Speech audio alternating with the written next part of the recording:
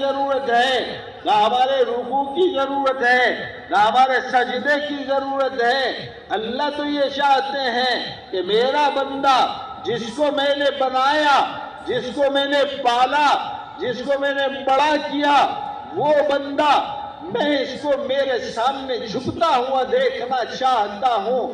یہ خدا کی خواہش ہے کہ وہ اپنے بندے کو سجدہ کرتا ہوا دیکھنا چاہتا ہے۔ الساجد یسجد بین قدمی الرحمن، کہ سجدہ کرنے والا وہ اللہ کے دو قدموں کے درمیان میں سجدہ کرتا ہے۔ اللہ کہتا ہے کہ میرے بندے تو نماز کو نہیں آتا، مگر میرے عزت کی قسم میں تیرا انتظار کر رہا ہوں، جب تو آتا ہے میں اپنی رحمت کی چادر کو پھیلا کے کھڑے ہو جاتا ہوں۔ جب تو میرے دربار میں آ کے اللہ اکبر، اللہ سب سے بڑا ہے کہہ کر ہاتھ باندھتا ہے، میں اپنی ساری طاقت کے ساتھ میں تیری طرف متوجہ ہو جاتا ہوں۔ جب تو کہتا ہے الحمدللہ رب العالمین، تمام تعریفیں پاک پروردگار کے لیے ہیں جو دونوں جہان کا رب ہے۔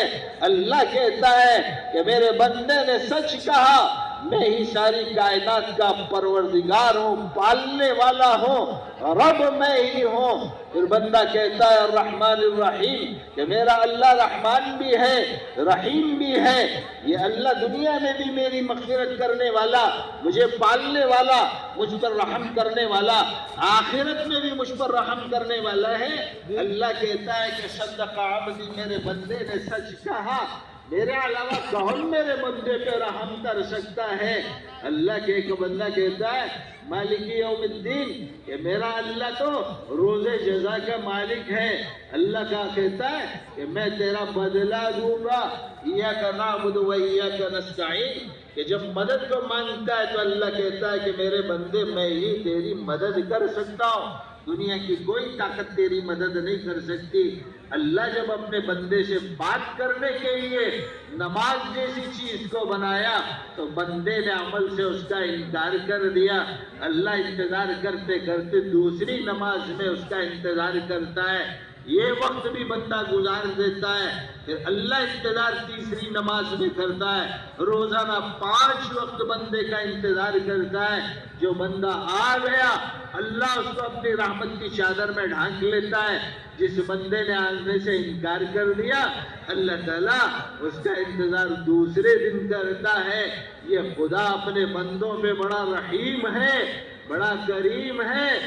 وہ اللہ زندگی کے 60 سال 70 سال تک اپنے بندے کا انتظار کرتا ہے اور بندے کی زبان سے سننا چاہتا ہے کہ میرے اللہ، میں نے بڑے پاپ کیے ہیں تو مجھے معاف فرما۔ تو اللہ کہتا ہے میرے عزت کی قسم، موت سے پہلے توبہ کر لے، تیرے سارے گناہوں کو میں معاف کر دوں گا۔ کون ہے جو اللہ کو اللہ سمجھ رہا ہے؟ کون ہے جو اللہ کی بڑائی کا اقرار کر رہا ہے؟ وہ اللہ اپنے بندے سے پوچھتا ہے یا ایھا الانسان ما غرک بربک الکریم، نادان انسان بتا تو صحیح کہ تیرے کریم رب سے تجھے دنیا کی کس چیز نے بہکاوے میں ڈال دیا؟ الذی خلقک فسواک فعدلک فی ای صورت ما شاء رکبک، کہ اس اللہ نے تجھے اپنی طاقت سے بنایا۔ کیا بازار اتنے زیادہ پسند آ گئے کہ تو نے اپنے رخ کو اپنے رب سے موڑ لیا؟ یا دنیا اتنی پسند آ گئی کہ اپنا رخ تو نے مجھ سے موڑ لیا؟ کیا آخرت کے اندر تجھے آنا نہیں ہے؟ وہ اللہ ہم سب سے ایک سوال کر رہا ہے، ایک سوال اس کا ہم سے ہے، قیامت تک آنے والے انسانوں سے اتنے انعامات کے بعد میں وہ اللہ پوچھتا ہے، وہ اللہ ہم سے پوچھتا ہے کہ ہم نے تم کو پیدا کیوں کیا ہے؟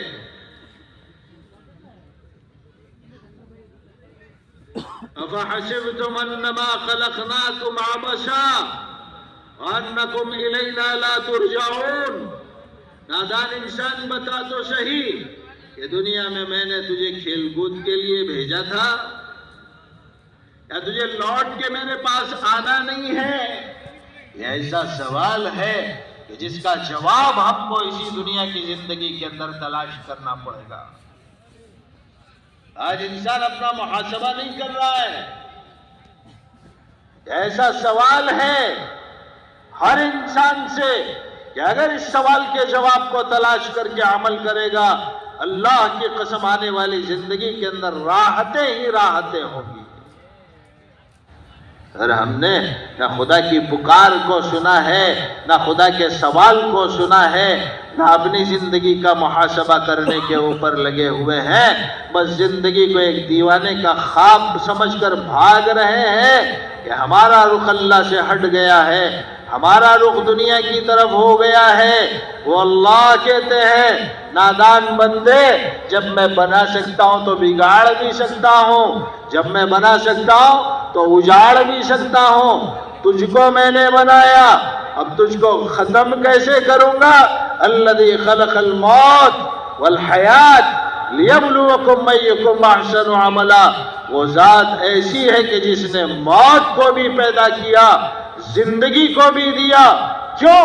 ہم دیکھنا چاہتے ہیں کہ تم میں عمل صالح کون کرتا ہے۔ ہماری زندگی کی سوچ یہ ہو گئی کہ ہمیں 10,000 سال اس دنیا میں رہنا ہے۔ ہماری زندگی کی سوچ یہ ہو گئی کہ ہمیں مرنا نہیں ہے۔ اللہ کہتے ہیں کہ آنے والے ہر جاندار کے مقدر میں ہم نے موت کو لکھ رکھا ہے۔ وہ موت وقت پہ آئے گی، لا یستاخرون ساعۃ ولا یستقدمون۔ ایک لمحہ نہ آگے ہوگی، ایک لمحہ نہ پیچھے ہوگی۔ اینما تکونوا یدرککم الموت ولو کنتم فی بروج مشیدہ۔ تم سمجھتے ہو کہ موت تمہیں نہیں پکڑے گی، اگر تم پہاڑ کے غار کے اندر یا بڑے بڑے محلوں کے اندر جا کے چھپ جاؤ، وہاں بھی میری موت آ کے تمہیں پکڑے گی۔ مدنی محمد رسول اللہ صلی اللہ علیہ وسلم نے اعلان فرمایا کہ ہر روز صبح صادق کے وقت میں ملک الموت، موت کا فرشتہ دنیا کی ہر چوکھٹ پہ اعلان کرتا ہے۔ کیا اعلان کرتا ہے؟ لوگوں اٹھ جاؤ، تمہارا رب تمہیں پکار رہا ہے، غفلت کی نیند سو رہے ہو، میں آؤں گا تمہارے گھروں کے اندر۔ ایک نفس بھی جب تک باقی رہے گا میں اس وقت تک تمہاری چوکھٹ پہ آتا رہوں گا، سب کو اٹھا کے لے جاؤں گا، تمہارے گھروں کو برباد کر دوں گا، تمہارے کوٹھیوں کو ویران کر دوں گا، تم میں ہر ایک کو لے کے چلا جاؤں گا، مگر میں اس پہ ظلم نہیں کروں گا۔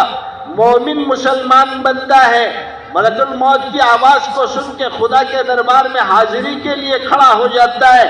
گناہگار فاسق ہے، ملک الموت کی آواز اس کے کانوں میں نہیں آتی۔ نتیجے کے اندر اللہ تعالیٰ انسان کو موت کے جھٹکے دیتے ہیں، اسرائیل کا پنجہ پڑتا ہے۔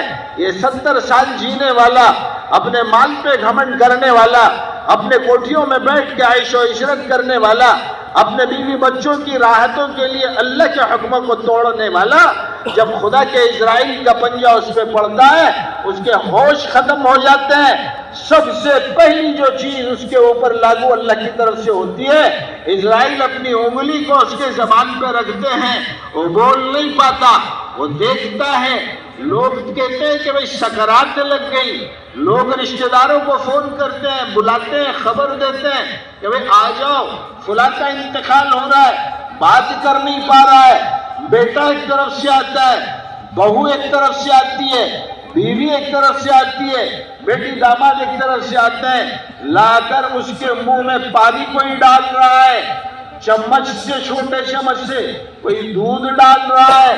آپ نے دیکھا ہوگا اللہ جتنا اس کے مقدر میں لکھا ہوگا اتنا اندر جائے گا، اس کے علاوہ جو اللہ نے لکھا نہیں ہوگا وہ باہر آ جائے گا، جتنا جائے گا وہ اس کا مقدر ہے۔ اللہ کہتے ہیں میں نے تجھے پیدا کیا، تیرے پیدا کرنے سے 50,000 سال پہلے دنیا کے بنانے سے میں نے تیری تقدیر کو لکھ کے رکھا تھا۔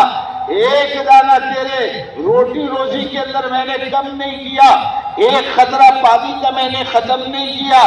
اب لوگ کہتے ہیں جب اندر جانا بند ہو گیا تو انسان کہتے ہیں کہ بھئی اب تو موت آ گئی، مر گیا، مر گیا۔ یہ مر گیا کا جو اعلان ہے یہ جو لفظ ہے آپ نے سنا ہوگا، ہر مسجد کی مینار سے علاقوں کے اندر اعلان ہوتا ہے کہ فلاں کا انتقال ہو گیا، تو جس نے اس خبر کو سنا سب سے پہلا اس کا سوال یہی ہوتا ہے کہ بھئی بتاؤ تو صحیح اب اس کو دفن کب کریں گے؟ پہلا سوال یہی ہوتا ہے